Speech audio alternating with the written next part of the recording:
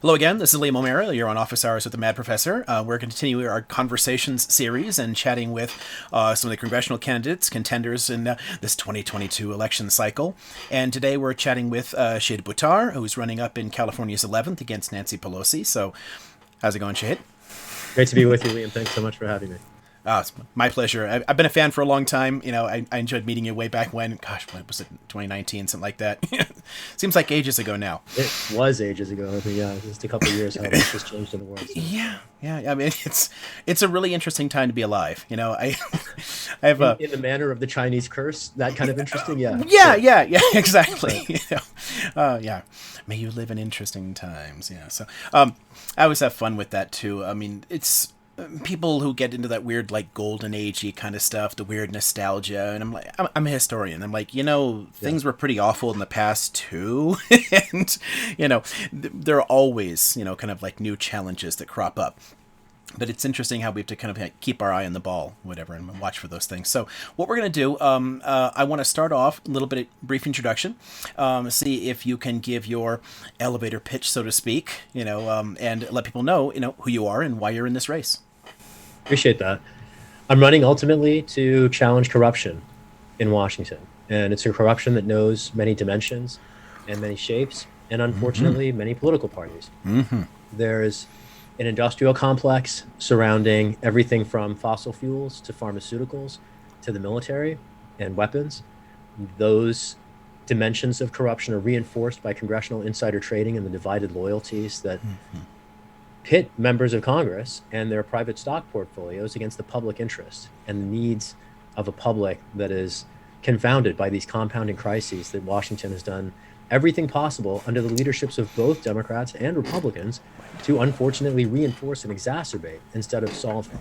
And Right. from the crisis in public health that the pandemic presents to the climate crisis to the crises in human rights that we see unfolding around the world, from one issue to the next, we've seen Democrats, corporate Democrats, led particularly by Nancy Pelosi, align themselves with Wall Street and the Pentagon instead of the visionary values that have long united San Francisco. And I'm running to represent my city and to give my city a voice in Washington, a voice I dare say that Washington desperately needs. Absolutely. And really, I think we all know that San Francisco does deserve better than either a very, very long term incumbent. How long has she been in there now? 30, this will be her 35th year. Yeah. It's just, I mean, more than a lot of voters have been alive, much less voting. And not only do we deserve some kind of regular change in the representation so people don't get caught up in that machine, caught up in what Trump called the swamp that sort of sucks everything in, but we really do deserve people that respect and represent the voices of the communities. And we all know that San Francisco is a pretty progressive place. And Pelosi's voting record is, in many ways, anything but. Am I fair in? Yeah, absolutely. Yeah. She is decidedly conservative. And what you're describing at the moment is a subject of widespread misinformation. Many people in San Francisco believe the media constructed narrative that Nancy Pelosi is a lion of the supposed liberal left, when nothing Right. could be further from the truth. This is someone who has grown fantastically wealthy over the generation that she's been in public office. And she's become fantastically wealthy, putting her stock portfolio before the needs and of her constituents. Now, that shows up in every conceivable policy area. There's never been a military spending increase proposed that Nancy Pelosi did not support. There's never been a government surveillance program that Nancy Right. Pelosi did not support. The concentration camps at our country's borders, she funded them. The DHS goon squads that Trump deployed from Kenosha to Portland to suppress peaceful dissent Right. against paramilitary troops assassinating our neighbors, they were funded by none other than Nancy Pelosi. She expanded Trump's corporate trade authority on the very day that she impeached him.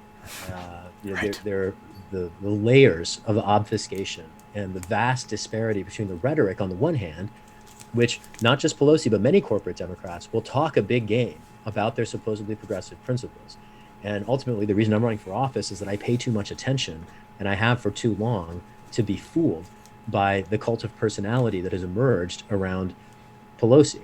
And I recognize that from denying a floor vote on Medicare for all to denying congressional committees and committee assignments to critical proponents of the Green New Deal, Pelosi has, from one issue to the next, been a gatekeeper impeding every major progressive priority pending before Congress for the last generation. And I'm grateful that in the last couple of years, she's at least nodded in different places to the need to show up better. And I'm very grateful. I mean, I'm grateful particularly to our supporters for putting us in a position to hold her accountable, because on issues from civil rights to worker rights, I've seen Pelosi shift in response to our campaign, adopting parts of our platform now on 7 different issues, ranging from congressional insider trading, which she hasn't gone all the way where we want her to, Right.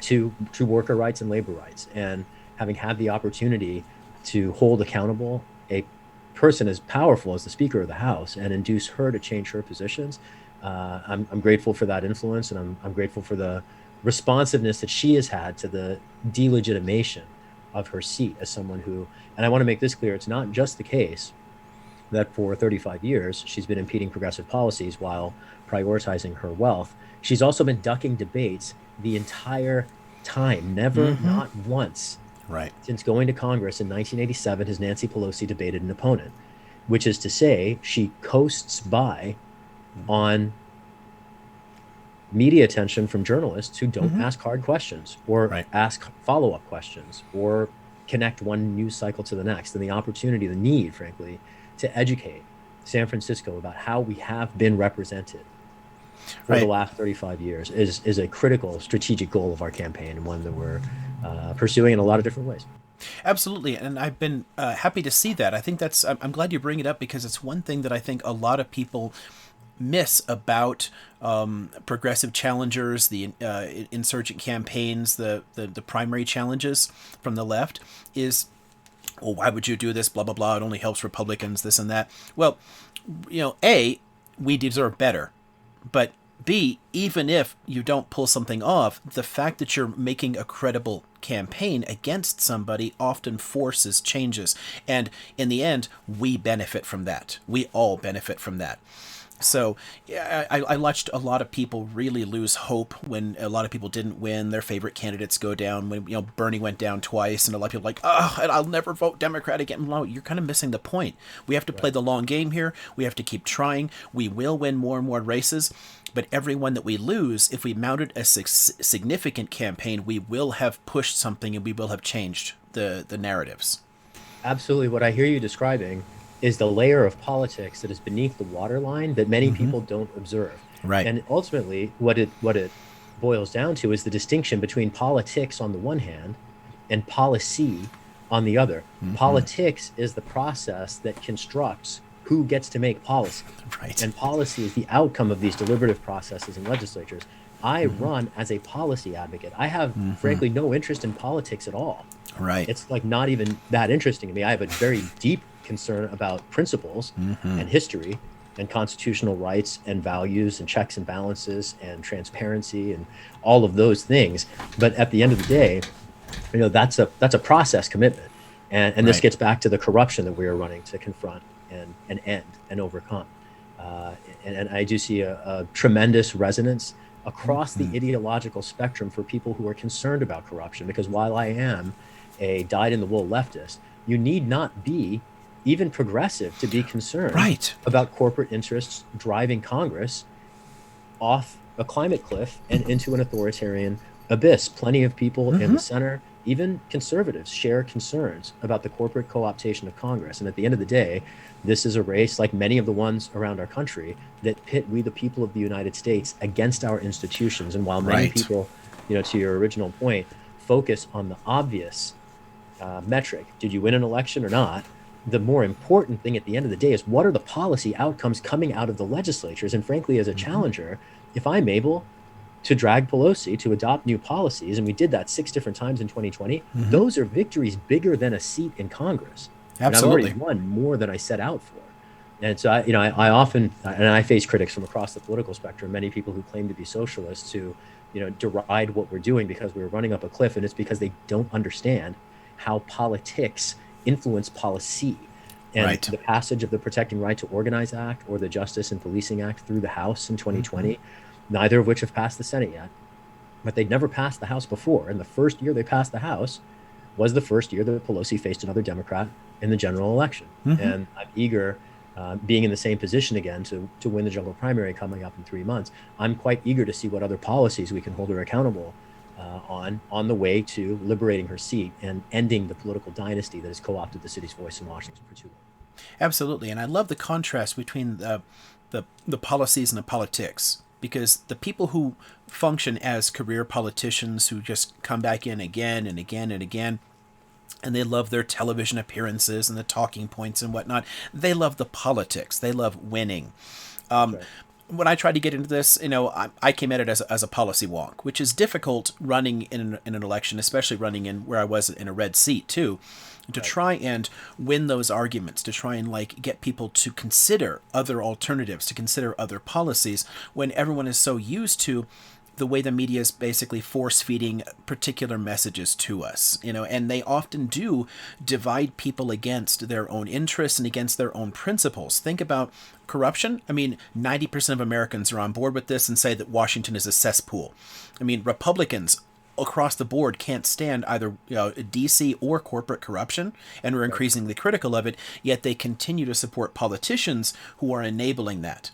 Liberals do the same thing. And but they often labor under a similar delusion that they're not. I love that you brought up too at the beginning here, this, well, I like the way you put it. I've been watching this stuff too deeply for too long.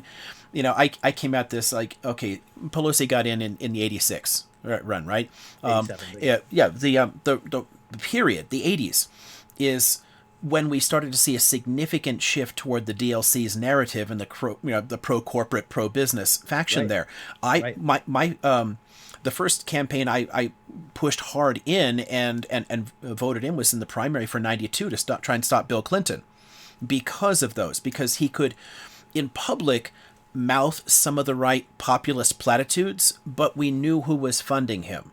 And ultimately that was the same thing that was problematic about Obama, because Obama was deeply funded by Wall Street from the start, but again, mouthing the right kind of populist rhetoric. And we pay attention to the politics of it, the sound bites, what they say, and people don't watch what they do and where the money is coming from.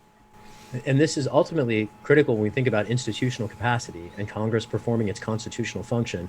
The role of Congress, in addition to making policy and appropriating federal funds, is to check and balance, to oversee the rest of the government, particularly the executive branch. And that's a dimension of the role for Congress that is completely lost on everyone from members of Congress to journalists to the body politic.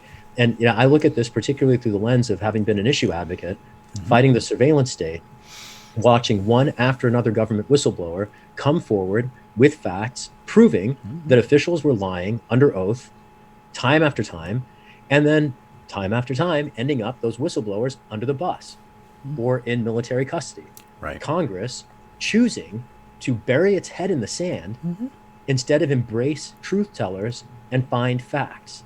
And this is a dimension of corruption that extends beyond any particular issue, and it also extends beyond any political party. This I describe as something of a constitutional crisis, and those aren't even my words. That's Senator Dianne Feinstein speaking on the floor of the U.S. Senate in 2014 under the Obama administration about the CIA's attack on the Senate. The CIA waged a cyber espionage campaign to steal documents from the Senate that the Senate had collected, proving the agency's criminal complicity in international human rights violations through its enhanced interrogation program. And in that context, the constitutional crisis that she decried, and just to be clear, Dianne Feinstein is no raging leftist. Oh, no. She's as conservative a Democrat as they come. She's a rubber stamp for every conceivable kind of government abuse. She was the chair of the Senate Intelligence Committee for years and had nothing to say about the mass surveillance that was institutionalized under her watch. But the efforts by the CIA to hide its criminal culpability in torture, this drove her to decry a constitutional crisis. Now, just to play out the tape, what was the end result of this? The report that she wanted to release to the public remains secret to this day. The CIA official who presided over the destruction of the evidence, the videotapes documenting torture, that person, Gina Haspel, now leads the agency as the CIA director. Obama said, we tortured some folks. That's the end of it. And now in 2022, as a foreign power is invading another country, Right. and we are called on by some people to defend human rights that we have no legitimacy to claim to have ever defended in practice. Right. Right. I mean, there are a few countries in the world that have done more to undermine international human rights than the United States. Yeah. And I'm just to offer people data points who might not have had an opportunity to remember this history, we're the only country in the history of humankind to deploy weapons of mass destruction against civilian populations. We jail and imprison more people as a percent of our own population than any country in the world. We tortured some folks. We waged serial wars for imperial corporate profit and plunder. And we supposedly presume upon ourselves the legitimacy to guard human rights or democracy anywhere in the world. I mean, it's farcical to anybody with the independence to remember the facts. And so much of our problem, of course, in this day and age is that facts are so few and far between in the public discussion. And most of what passes for news media is just, one dimension of propaganda or another. And the ability of the body politic to make intelligent decisions based on accurate understandings of fact is one of the most crucially contested, frankly, basic dimensions of democracy that we need to fight for in this day and age. But the fight against disinformation, whether it's disinformation weaponized by a right-wing, brown shirt network, or whether it's the disinformation peddled by Wall Street that is dominating cable news and network news as we speak. In both of these contexts, it's crucial to see through, to have the independence to see through these narratives, to examine real facts and come to our own conclusions about better opportunities to serve our communities and our country. Absolutely. And it's one of the reasons that we do have a responsibility to, well, as Jello Biafra said, become the media and sort of push back against a lot of this stuff, because we've allowed massive old punk. I met him in an elevator once. Cool. Yeah. We were just talking about the 80s and the big shift there. It was back in the 80s that we had Herman and Chomsky putting out their propaganda model of the media. We had Ben Bagdikian beginning to sort of track the consolidation of media. We're down to like 5 corporations controlling, 85% of what we all see. It's insane the degree to which we are stuck with this. It's not really just state secrets and state surveillance we have to deal with. There's corporate surveillance, and then there's a completely complicit media that's tied into so many other corporate interests that it has no real incentive to report on things. Just think about why someone like Pelosi gets away with calling herself a progressive, completely destroying any utility in the word, and not really showing people that there are real alternatives. I mean, to paint someone like Pelosi, or for that matter Biden, as a raging lefty when they are far right on the, far rightist on the economy, like way into Milton Friedman sort of territory there. And which most people have no idea. Pelosi openly backs Republican policies. Student debt relief is a perfect example. 12 years ago, I was part of a nationwide movement that occupied civic squares across the United States. One of the central demands of the Occupy movement was to cancel student debt. Biden promised to, doesn't even need congressional support to do it. It's solely within his executive authority under existing federal statutes. And one of the figures who both says it's a bad idea to cancel student debt and who says that Biden lacks the authority to do it is none other than the Democratic Speaker of the House. And when we have Democratic presidents who have to fight powerful Democratic legislators to enact and pursue popular progressive reforms, there might be a problem here at the end of the day. When you were talking about media and the institutional disinterest in so many of these issues, I want to maybe add a little sauce to that recipe and suggest that it also is a crisis in the media's capacity.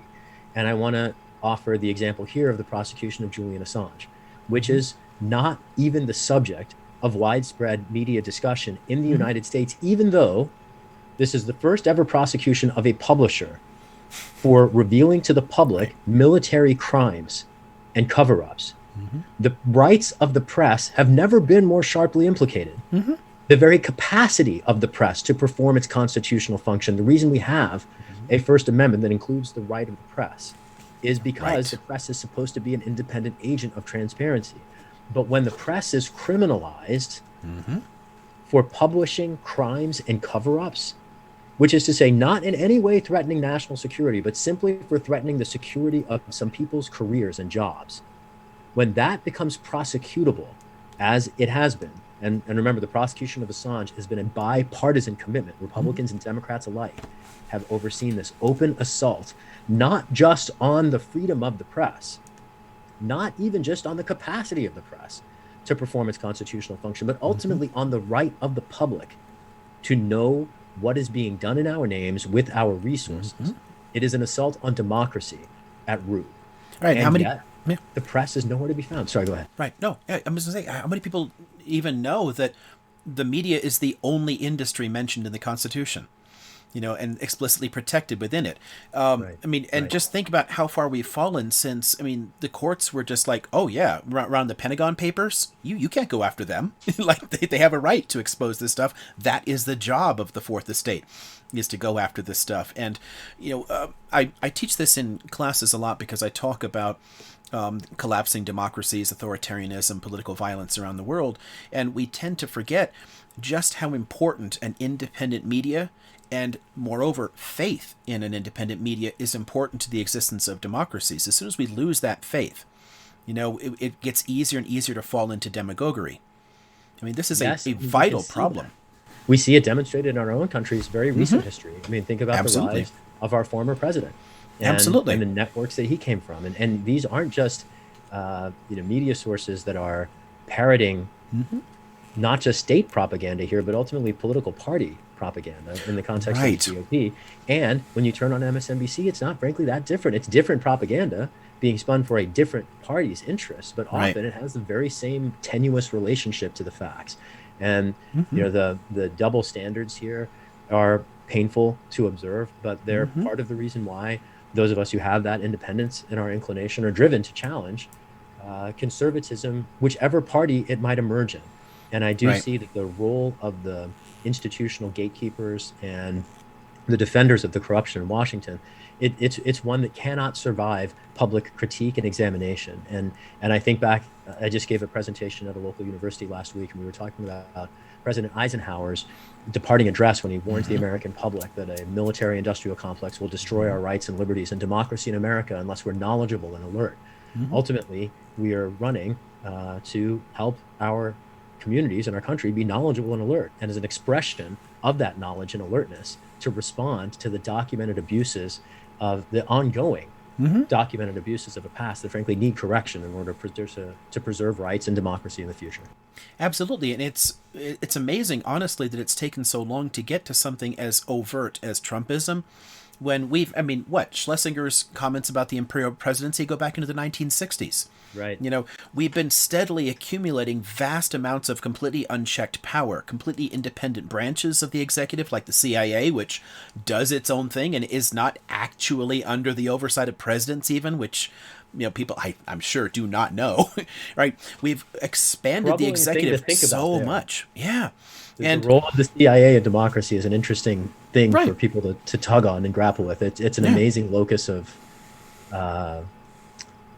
abdication, I think. And beyond that, the fact that there are 17 intelligence agencies. I mean, we live in a literal police state, and people seem completely oblivious to that, largely because the media wants us to be oblivious to it, and both of the parties have an interest in keeping it quiet because they have both contributed to it over and over again. The only thing that's kept us from falling into outright demagoguery is the emotional commitments of the people involved. They've all exercised near dictatorial powers. They've all had an incredibly negative impact on the world. I mean, I don't know, you watch the media freaking out about W. Bush starting to introduce like drone bombing and whatnot here, and then so much silence as Obama ramps that up farther and kills more people. Yep.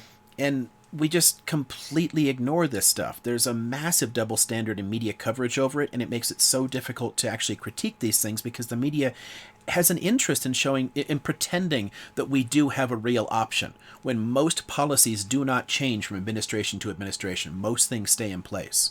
Yes, and I want to bring the sort of lens from the military-industrial complex and its serial abuses to public health and the pandemic, which proves this point. In no uncertain terms, Democrats and Republicans alike are committed to for-profit so-called healthcare. You cannot have for-profit and care in the same sentence. Right.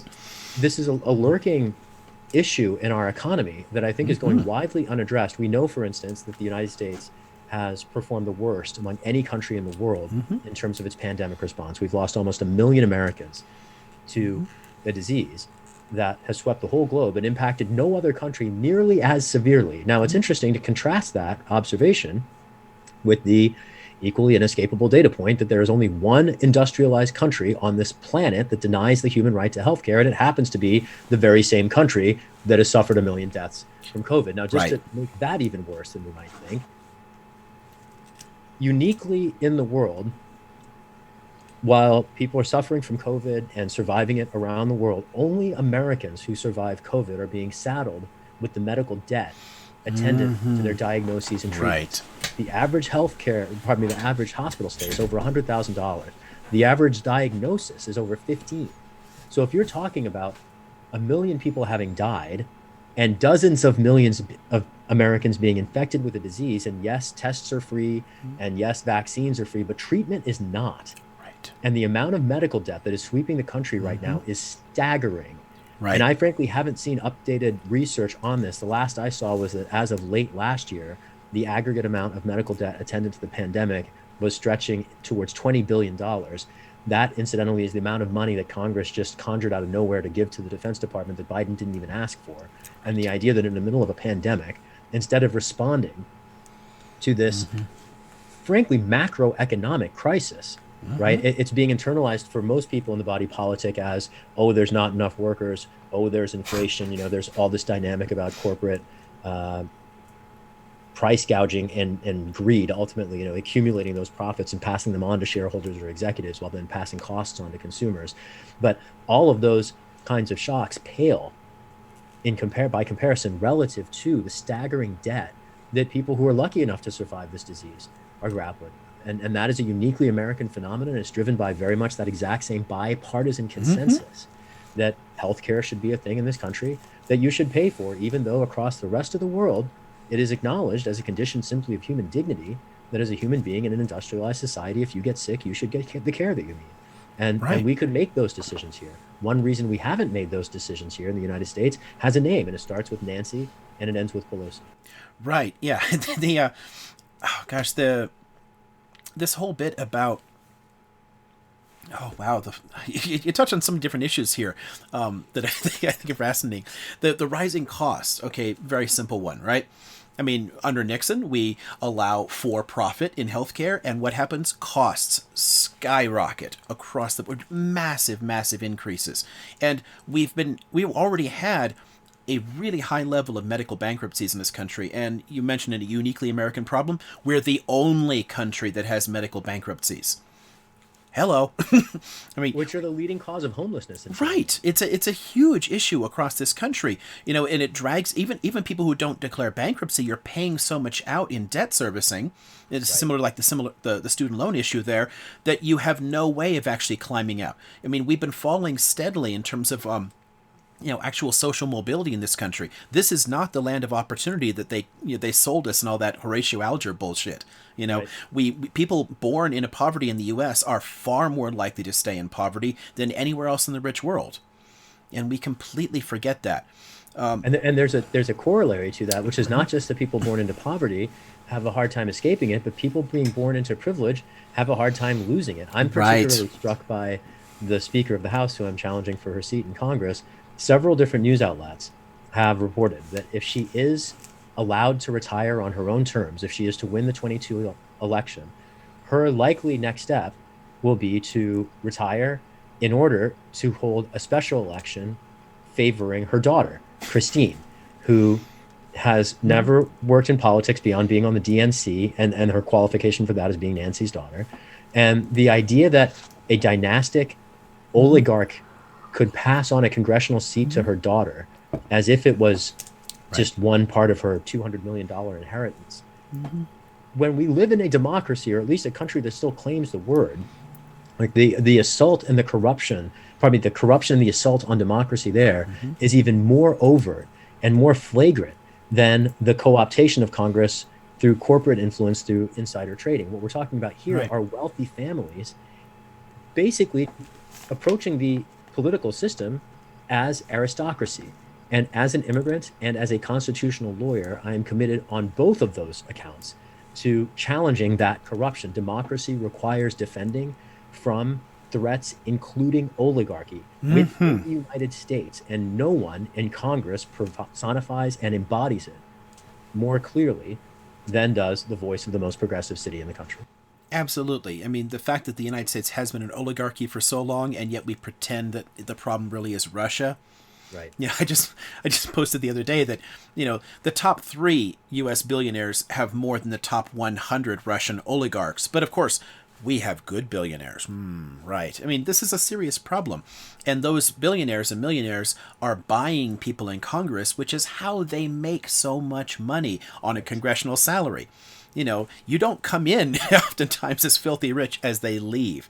And then you have that revolving door into working as a lobbyist, so you peddle your influence to other Congress critters.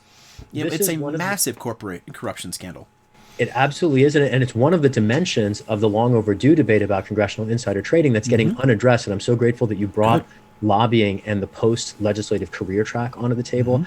There's an ongoing discussion in Capitol Hill now about what a reform might look like that would prohibit members of Congress and their families from participating in insider trading. But even in that long overdue debate, somehow completely unaddressed are these other dimensions of precisely analogous corruption, like the corporate influence that dictates policymaking in the post-election process through this revolving door that you described. So if we're going to shut down insider trading as one impetus or one vector of corruption, why would we allow this post-legislative career track to reintroduce the very same agents of corruption through a different door? Right. And ultimately, if we're going to shut down corruption, we can't rest at insider trading. We need to make sure that conflicts of interest are not skewing congressional decision-making. Let me give another example of it in another way that'll hit really close to home for a lot of people.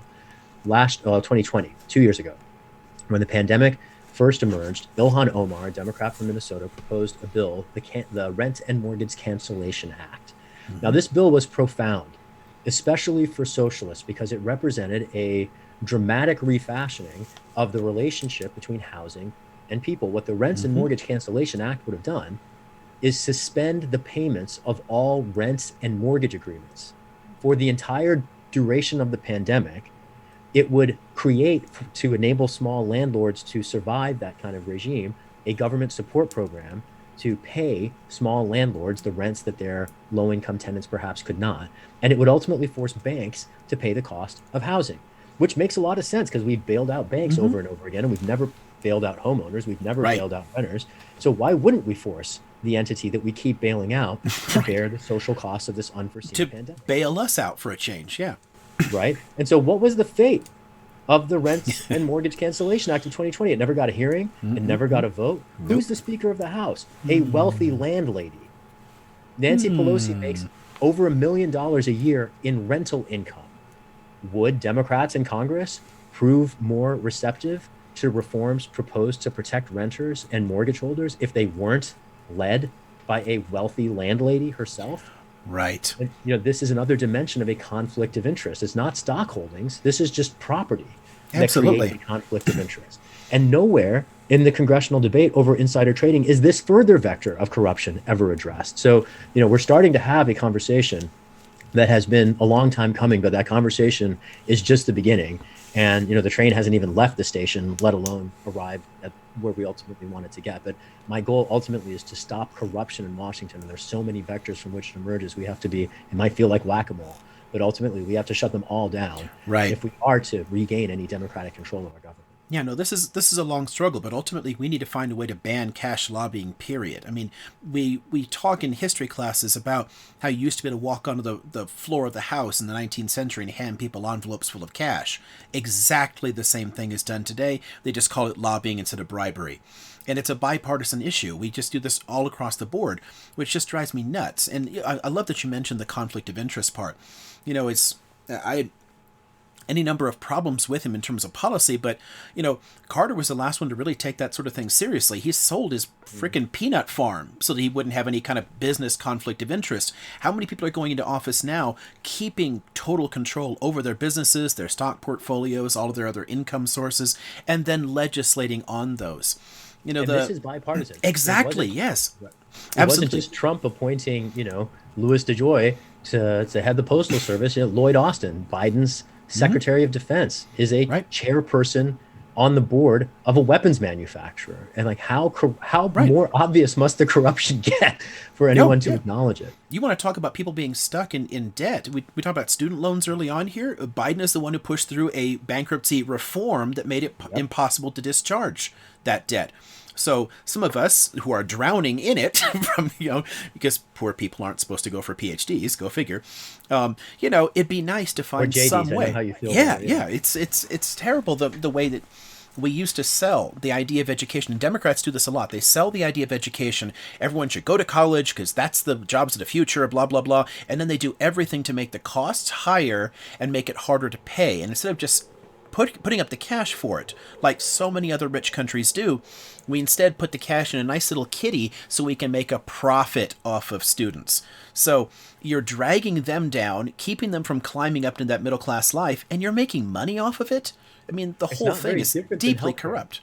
Healthcare and higher education, both are these sorts of rackets where it's a pretext to drain every cent out of the pocket of anybody who approaches it. If you're going to graduate school, you're going to pay every dime you've ever saved for your tuition. If you're lucky, and if you get sick, 40% of cancer patients exist their life savings within the first year, right? And these ideas that basic needs, healthcare is a basic need, education is a basic right. Why are we paying so much? And it's not just that the costs are going through the roof; the quality is also dropping through the floor. Right, we pay more money than any country in the world for our healthcare, and our healthcare outcomes are demonstrably the worst. Right.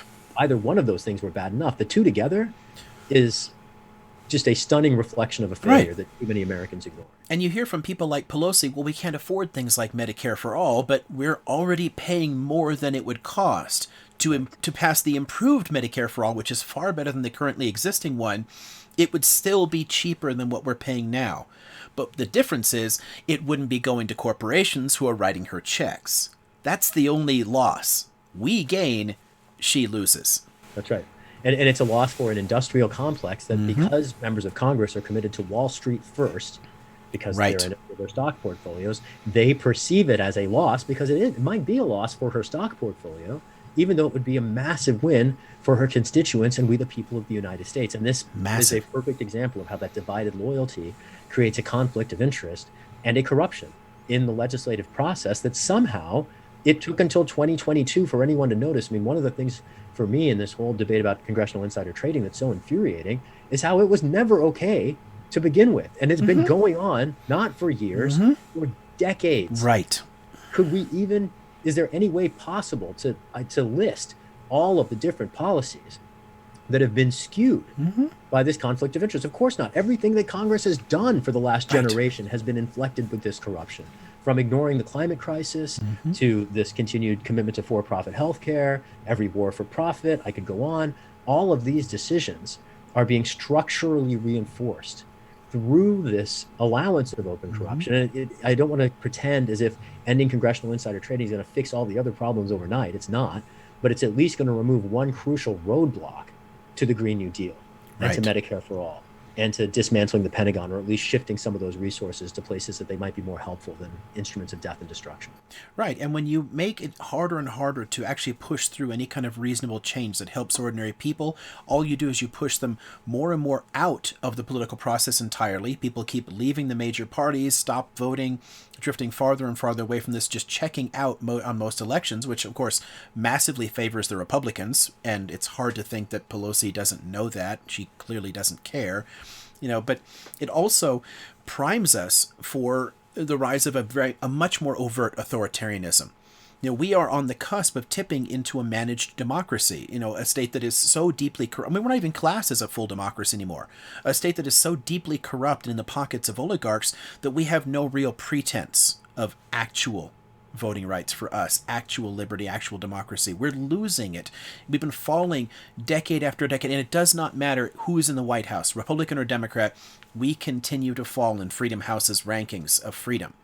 Because apparently also not caring about our processes is a bipartisan concern. I love that they made such a big stink out of impeaching Trump, but over what? Like, not giving money for weapons, not all the other bullshit. They didn't go after him for emoluments or anything else because, oh, that would highlight the corruption that, you know. Can we talk about that really quick just for a minute? Because I think Sure. what we're touching on there with emoluments and Trump and impeachment is really critical for people to understand.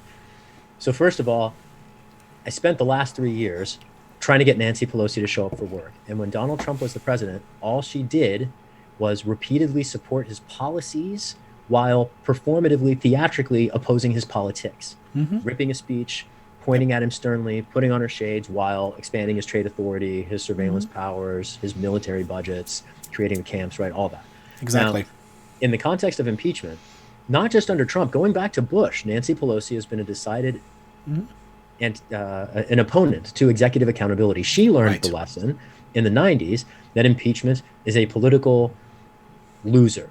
And she just decided, watching the failed impeachment of President Clinton, that she, as a member of Congress, did not want to pursue impeachment, period. So that even when you had a right-wing president starting wars for profit and torturing some folks, she refused to show up for work.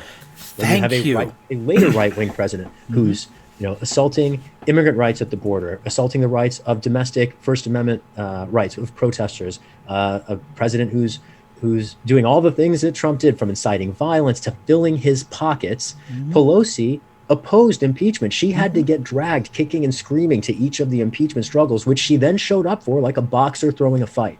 Both of the impeachment processes, Pelosi kneecapped. She first delayed them, she slow walked them, and then she limited them. She affirmatively limited them. She took off the table the most critical charges that would have brought Trump down, and that was the violation of the constitutional prohibition on self-enrichment at public's expense. And the problem, as you noted, is that the violations of that prohibition are not partisan. Trump's violations of them had a lot of democratic parallels. We just talked about some in the context of that insider trading, for instance, right?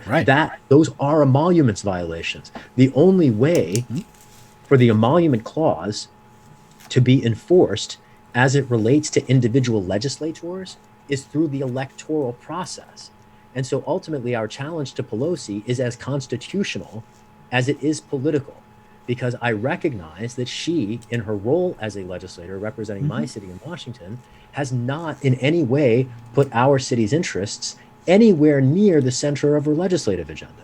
And again, this is that corruption that we're talking about as a through thread uniting all these different dimensions of institutional failure that we're describing. And absolutely, I'll leave it at that. No, I love that you brought in the longer history with W and impeachment, because the fact that she publicly and holy shit admitted that they knew the government was lying about weapons of mass destruction, but she still voted for the war, and she imposed impeachment for the lies. I mean, the fact that everyone stood to make money off of this, the fact that she stood to make money off of this from all the corporate lobbying on this, I mean, it ties all of them together. How many Democrats again and again have voted for wars and for U.S. imperialism, and then, try to complain when the other side's in there? It's just partisan theater. It was sort of genius in a sense almost to have taken the parties from actually having substantive policy disagreements and instead shifting them to social issues so that they both can agree on the financial issues and ultimately fleece us. All they fight over is describing that legacy of Clinton again. Yeah, exactly. All they fight over is it's just a bunch of political theater fighting over like social stuff. Should we be nice to people or should we be a dick to people? Meanwhile, you keep sucking money out of our wallets and killing millions of people around the world. So, I mean, what do we really gain there? The fact that there are so few substantive policy differences between the two parties, I think is something most Americans have no idea, because what they see is what the media talks about. They do have significant differences in basic social and cultural values. So it's a matter of belief, what you feel, it matters more in terms of human dignity or whatever. That's ultimately it. Actual policy stuff on economics, on war, there's almost no disagreement. This is the reduction of politics to opportunities for virtue signaling, ultimately. And Right.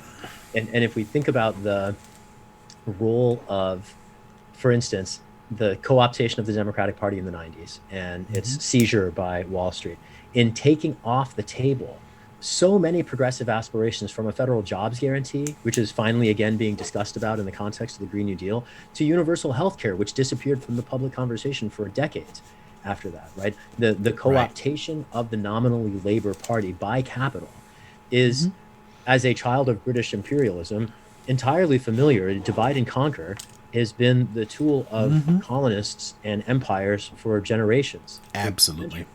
And whether it's dividing and conquering Americans by constructing these divisions over social issues while then remaining like this institutional consensus favoring capital, or another way that this has played out in our nation's history, unfortunately, is with respect to race, where capital constructed race and racism Right. as a way to divide Americans who shared working class interests. Absolutely. And this serial process that has proven unfortunately spectacularly successful in co-opting many observers, in pulling the wool over the eyes of others, and in ultimately marginalizing voices that would do something about it. From Brother Malcolm to Dr. King to Fred Hampton, there's a pattern in this country of shooting the messengers while guarding the establishments. And this is to your point, guarding the establishment from both sides. Right. And the idea that Democrats and Republicans alike are defending Wall Street first, especially at a time like this when the crises are so profound and they are compounding one another, from the pandemic to the climate crisis to the crisis in state violence, from abroad to our own city streets. In a time like this, for our institutions to not have we the people of the United States at heart, for the institutions to be formally committed to capital instead of people in our communities, it's devastating. And it's already run 1 million Americans into early graves during this pandemic. I should make this point clear too. We talked about Medicare for All, and I've come back to the pandemic a couple different points. I just want to remind people, Public Citizen, the nonprofit group, has established that 1/3 of the people who died from COVID in the United States would still be alive if we had universal health care. We're talking about 300,000 Americans dead to fill the pockets of investors and executives of pharmaceutical and health insurance companies. That's not okay by a long shot. There's no perspective or theory from which it could be okay. Even capitalists would acknowledge that as problematic. And yet still, that is the committed policy of a country that claims to be free. Right. Yeah. It's insane. There's a couple of points I think I can sum up a few things we hit here, and then I want to round to another point, and kind of touch back on something that you braced earlier that I wanted to ask you about. But this the questions you brought up about race and divide and rule. I mean, I often joke with my students that the historian's curse is to see us make the same stupid mistakes over and over and over again. It's astonishing the degree to which things have not changed. The same kind of racist politics that you had in the 1890s to break the original populist, progressive, and People's Party movements, are what people use today. Culture wars are in the main a form of divide and rule. If you get us fighting over where we come from or the social values or whatever, and this is true of right and left, they both play cultural politics. They both do it for the same basic reason too. And this is not to say there are not actual legitimate differences and that some people are not horrifying. I get that. But when you emphasize that and you use it to downplay the actual substantive concerns that affect people's pocketbooks, that affect our lives, that kill so many people, all you're doing is engaging in a kind of political theater that's ultimately self-serving. It just drives me crazy to see this stuff repeated over and over again, decade after decade. From the right to the left. Right, and the left. I encountered this myself among groups that claim to be on the left, that undermine socialism, their own stated principles, and more or less every value they could claim to care about, while embracing a racist character assassination orchestrated by the Democratic Party to defend its corrupt leader.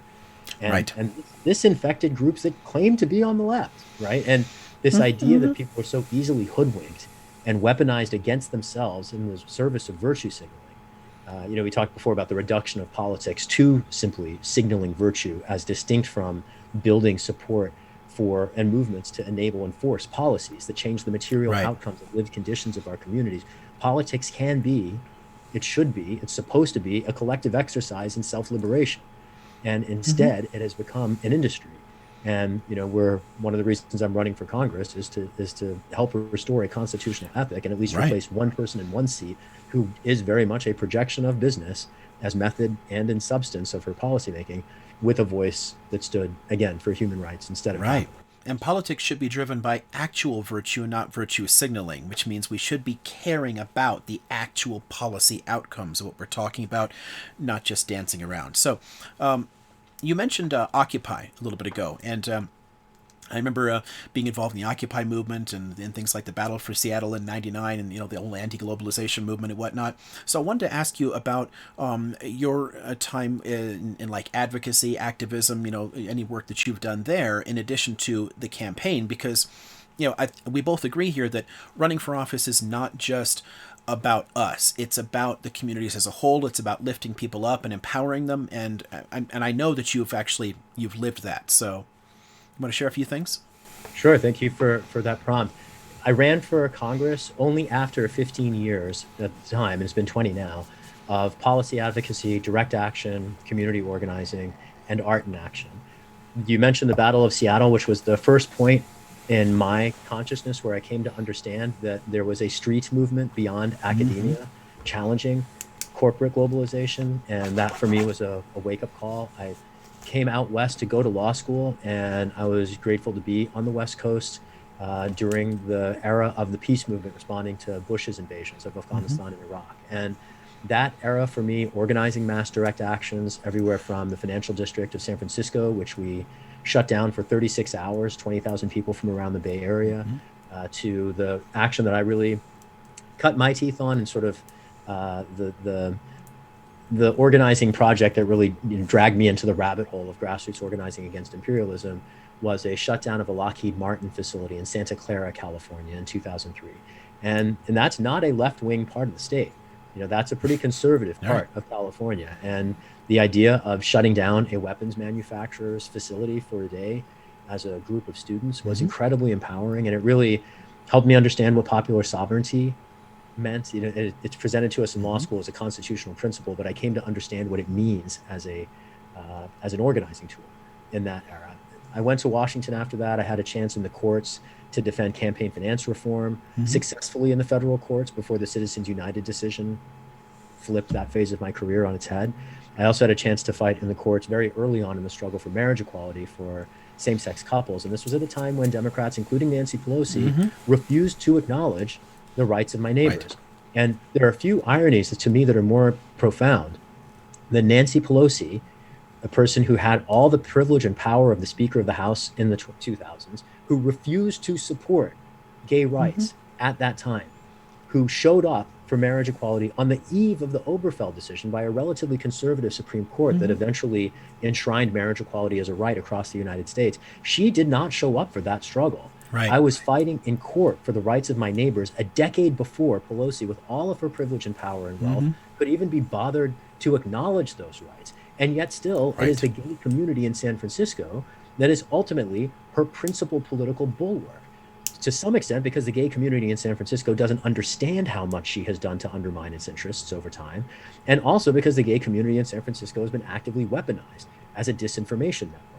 And between the co-optation of constituents by career and dynasty politicians and their weaponization against their own interests, it's further dimensions of the corruption that we described before. When we talked about insider trading, what we're talking about is sort of like endogenous dimensions of corruption within a legislature. What we're talking about here are the ways that corruption among institutional politicians begets further corruption in the nominal grassroots. And to see supposedly grassroots groups undermining their own stated principles to serve the careers of powerful party officials it's frankly revolting.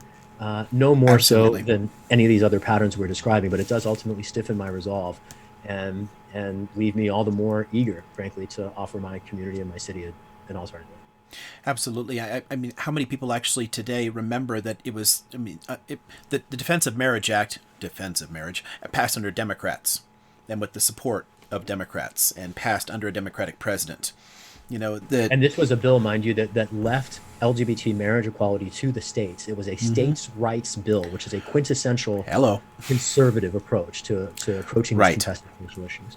Yeah, I think that it's the issue about like the support and the gay community in San Francisco. To me, it's part of like a much broader network. I mean, look at the impact of like rainbow capitalism. I mean, a kind of like performative bits of representation, and people are so happy to find bits of representation in media, and the occasional shout out that they don't look below the surface very much, and that's honestly true of every constituency in the US. We're all manipulated to varying degrees because most of us simply don't have time. We're worked endless hours. We don't have time when we get home to scratch the surface and look for what's under there.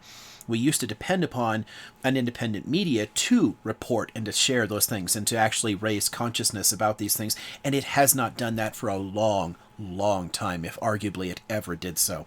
This is one of the reasons that I've been such I've been a lifetime proponent of street power and street politics and direct action. Yeah. So it's why it's very refreshing to hear someone talk about this, because I think that anybody who gets in, and so, if or when you beat Pelosi and you replace her in that seat, you will still depend upon street power and street actions. We all will, because it's the only thing that keeps Congress really accountable. It's the only thing that can keep that momentum going, is to mobilize people in the streets. And one of the things we've often done is choose one or the other. We either show up for big protests and we push there, and then there's no electoral component to it, or we show up for elections and we do not hold them accountable. So this is about those connections between the above the waterline and below the waterline. Exactly. We need to pay attention to both. We need political power and street power, and they need to work together, or we're never actually going to have a people's party again. We're never actually going to have real representation for us. So I want to push back, if I can, just a little bit. Good. Yeah. And this is constructive. I think of the role between street power and grassroots power and institutional power. It's sort of like the way that the founders constructed the division of power among the separation of the branches of government. So the judiciary and the executive and the legislative branches are supposed to fight one another. And similarly, I think of street heat and grassroots groups should be committed to fighting institutions. Now, to your point, I think it'd be great if we had some standard bearers in the institutions who were willing to fight on the inside for the principles that motivate so many of us on the outside. And I think, to be fair, on some issues, there are those standard bearers. But when we talk at this level of the critique against corporate corruption, we frankly don't have voices in Congress that are acting to structurally destabilize that corporate rule. And that's part of what I'm aiming to do. And I think in that context that there's, the race that we're running offers to voices on the left something like a force multiplier, if only because the voice that I'm poised to remove from Congress is such a powerful anti-change institutional inertia force. And if my only contribution to the body politic was removing Pelosi from Congress, that in itself, I think, would be a massive contribution to the future. Again, even short of that, just holding her accountable, I think, creates opportunities for policy. At the end of the day, I see the voices of truth, peace, justice in Washington being more or less entirely in exile. And for many of us whose political origins started in direct action, it's not just a tool in the box that I will use when I get there. I mean, I am a child of that community, from the anti-globalization movement through the peace movement into the immigrant rights era, through democracy, the Occupy era when we were defending democracy, into the movement for Black Lives, stemming not from the murders of George Floyd and Breonna Taylor, but years before that, from Mike Brown and Freddie Gray, and to have been part of the movement across that entire spectrum, that continuum of 20 years, and to have found myself challenging the administrations of both Democrats and Republicans and members of Congress from both sides of the partisan aisle, it is painfully clear to me how much is at stake and how clearly we have to draw the lines. And there's a lot of prevarication in Congress right now among progressives who recognize that there are structural problems but might feel politically constrained from being as aggressive as they might want to be in calling them out, and ultimately the constraints impeding their ability to be more outspoken, to use direct action themselves, to champion thoughtfully the needs and the policies that we need for the future. Among the people that constrain those progressives are Nancy Pelosi. And I want to, if I can, let's just name a couple names here. Representative Alexandria Ocasio-Cortez made a name for herself when she first came to Congress by holding a sit-in at Nancy Pelosi's office. And through that, she helped pioneer and bring to the public discussion this vision of the Green New Deal that right now is not embodied in legislation because Nancy Pelosi denied AOC the key congressional seat that she would have needed to develop the Green New Deal into policy. Beyond the Green New Deal, if we're serious about climate justice, we have to do two further things. We have to dismantle the Pentagon, or at least stop the CIA from toppling the next democracy at the drop of a hat to steal its oil. And we have to also nationalize the fossil fuel sector. There is not a single voice in Congress talking about either of those needs at the moment. And if we pretend that climate justice is just a matter of energy policy, we might as well just shove the future off a cliff now, because no amount of energy policy alone is going to fix this. This is ultimately, there's a reason Dr. King described capitalism and racism and militarism as intersecting, and nothing describes that intersection more clearly than the climate crisis. And again, I see in Congress this deficiency in the present debate precisely because of the co-optation of the body by so many of these powerful institutional gatekeepers. And while I am grateful for the progressive voices that are out there, like a torch in the darkness, they ultimately need some help. And they do. Yeah, and I think nothing shows the ways in which the duopoly do not serve our interests than like the climate crisis or the questions of the military. Democrats are always lining up to throw more money at the Pentagon, and when people, I mean, the most severe critics you've got out there are people like, I don't know, wasn't it Kucinich in 2004 who said he wanted to cut 10% off, and he was just laughed off the stage? That's already, no one wants even consider that 10% off of it when it's already about $1 trillion a year. I mean, come on, we can do a lot better than that. We're fighting, and they just won't. Over a bill to just shift 5% of the Pentagon's funding. Right, and we just end homelessness with 5% of the Pentagon's right, funding. And we won't do it. Eliminate medical debt. You could waive all the student debt. There's so much you could do. Right. No, we don't disagree there on at all in terms of the way that these two things need to work together, because the one is intended to hold the other accountable. You know, the street power is intended to push the people in Congress.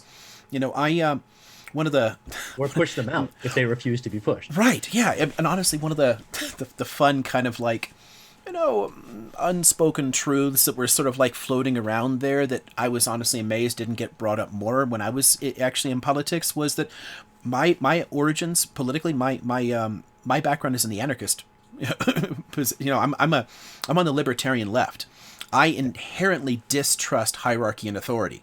Anybody who gets in there has to be held accountable, and they will always fall into the different traps. They will make compromises. We do have a number of brilliant voices out there, like your AOCs and your Bernie Sanderses out there, but they also make terrible decisions too. And Bernie has plenty of times caved to the military-industrial complex. We need to hold even the best voices accountable, and that's where the street is useful, and that's how we can keep pushing things along. If we separate these two completely, if we don't have that power in the streets, then we're never actually going to have anything in Washington that can speak for us. I agree, and the only addition I'd offer there is that challenges like ours to entrenched incumbents are a projection, basically, of that street heat into the electoral sphere. And Absolutely. You know, we're talking about policy and politics as this continuum of processes, that need for movements to project themselves into the electoral arena, not just by critiquing incumbents, but specifically by building alternatives, new voices to replace them. Good, yes. A critical part that goes, I think, widely overlooked, unfortunately. Yeah, cultivating new generations, getting more people involved, continually push people in there so that we don't end up with these long-term incumbents that are only serving those entrenched interests of the swamp. So I think that's a great way to kind of like bring us back around here. I want to wind this down with one really big question here that I think we all know the answer to based on your policies and your history and the runs here. So as an independent Democrat, would you pledge to hold people accountable in Congress of either party for their decisions and their actions? Yes, absolutely. Any party. I mean, I ultimately hope to diversify the party representation in Congress, and I'm eager to hold accountable corruption wherever it emerges, whatever the party, whatever the person, whatever the political interest. It is absolutely critical that we guard our democracy against structural corruption. And it has unfortunately set in like a rot at many different points in the system. And I am much more committed to principles than I am to any political party. Exactly. This is the thing. I mean, supporting for the political process, supporting the parties, working within the parties is important because it's the system that we have. But we need to be guided by principles. We need to focus on policies, and we need actually to restore ethics to government. And sadly, it is the one thing that no one seems to be really talking about, that 90% of voters would agree with. Across the board, people understand just how corrupt this system is, but we don't actually get opportunities to change unless we have these kind of insurgent campaigns. So I want to just give you an opportunity here to then plug websites, social media, anything like that, because, and a point that I try to make constantly throughout my run, and I talk about with everybody else's that I'll support there, for the price of like a coffee a month, you can help put these, you can help put people, we can run races all across this country. It really adds up. People keep thinking, well, I don't have $500 or $5,000 to spend, so they don't need my money. No, they do. $5 a month makes a huge difference if you set up those recurring donations. And these progressive challengers all across the country, they need your help. They need your help to get their message out so we can actually break these entrenched power dynamics. So if you want to plug into your media. Thank you, Liam. Yeah, folks are welcome to learn more about our campaign. Sign up to donate or to volunteer with us at shahidforchange.us. We have a short link that redirects there, shahid.fyi. We're active on all of the major social media platforms, Instagram, YouTube, Twitter, Facebook, at Shahid for Change. And anybody who shares an interest in any of these issues, wherever in the country you might be, you can make a difference in our campaign to end the Pelosi dynasty and guard the future from the failures of the past. And we welcome your support. And if you have any questions, by all means, feel free to reach out to us, info@shahidforchange.us. Well, this has been a lot of fun. So thanks very much for coming on and chatting with us here. I've been a band for a long time, and hopefully the people watching this are going to get interested and jump on there and support you, because we do need we need your voice in Washington. We need change there. So thank you, buddy. It's great to be with you. I appreciate our conversations. You have a distinctly professorial analysis, and I'm grateful for the chance to share some time with you. Yeah, well, I am what I am. All right. Thanks very much for your time. Yeah, and we'll catch you all later.